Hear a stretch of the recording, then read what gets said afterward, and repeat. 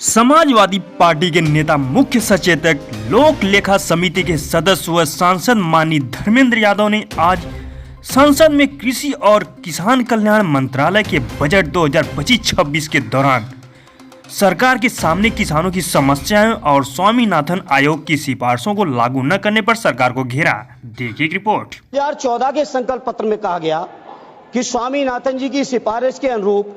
जो किसानों की लागत है, जिसमें लागत में सदैव नेताजी कहते थे और उसी बात को स्वामीनाथन जी ने भी कहा,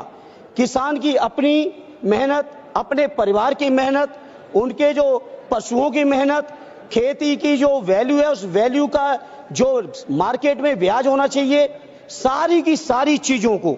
अगर मिला लें, जिसको स्वामीनाथन जी ने फार्मूला दिया था C2 का,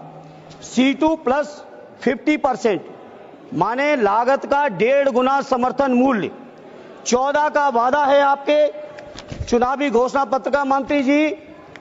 और 14 से आज 25 आ गई है। अभी तक एक बार भी सरकार का ये संकल्प 12वां बजट पेश हो गया है। 11 साल आपने पूरे कर दिए। भाषण बहुत लंबे हैं आपके, लेकिन सच्चाई से बहुत दूर हैं। उसके बाद सभापति जी, प्रधानमंत्री जी ने 2016 में घोषणा की कि 2022 में आने वाले अमृतकाल में जब भारत प्रवेश करेगा तो उस प्रवेश के समय किसानों की आमदनी को हम दूना कर देंगे। मैं नहीं समझ पा रहा हूं, माननीय कृषि मंत्री जी, आप बहुत अनुभवी हैं, एक बड़े प्रांत के लंबे समय तक मुख्यमंत्री रहे हैं,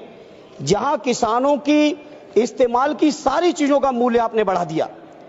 आपने खाद का दाम लगातार बढ़ाया, बिजली में आपने कोई सब्सिडी दी नहीं, कीटनाशकों का दाम बढ़ा दिया गया, किसान के इस्तेमाल के डीजल के दाम बढ़ गए,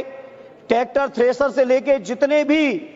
आपके चीजें इस्तेमाल होती हैं खेती किसानी में, सारी चीजों का दाम बढ़ा दिया। लेकिन किसानों को कहीं समर्थन मूल्य देने की आपने जरूरत नहीं समझी। जहां आपने वादा किया था दोगुनी आमदनी का, जहां आपने वादा किया था C2 प्लस 50% का,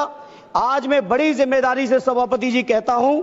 देश के किसानों की हालत यह है कि अगर वो कर्ज न लें तो लागत भी ऐसी, लागत के बराबर भी कहीं मार्केट में मूल्य नहीं है। स्वामीनाथन जी ने कहा था कि किसानों की आमदनी बढ़ानी है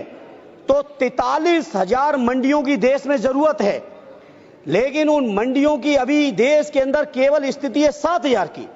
और जब से एनडीए की सरकार आई है 11 साल से, मैं पूछना चाहता हूं मंत्री जी, जवाब दे दीजिएगा, प्राइवेट सेक्टरों ने तो मंडियां बढ़ा ली, साइलोज बना लिए,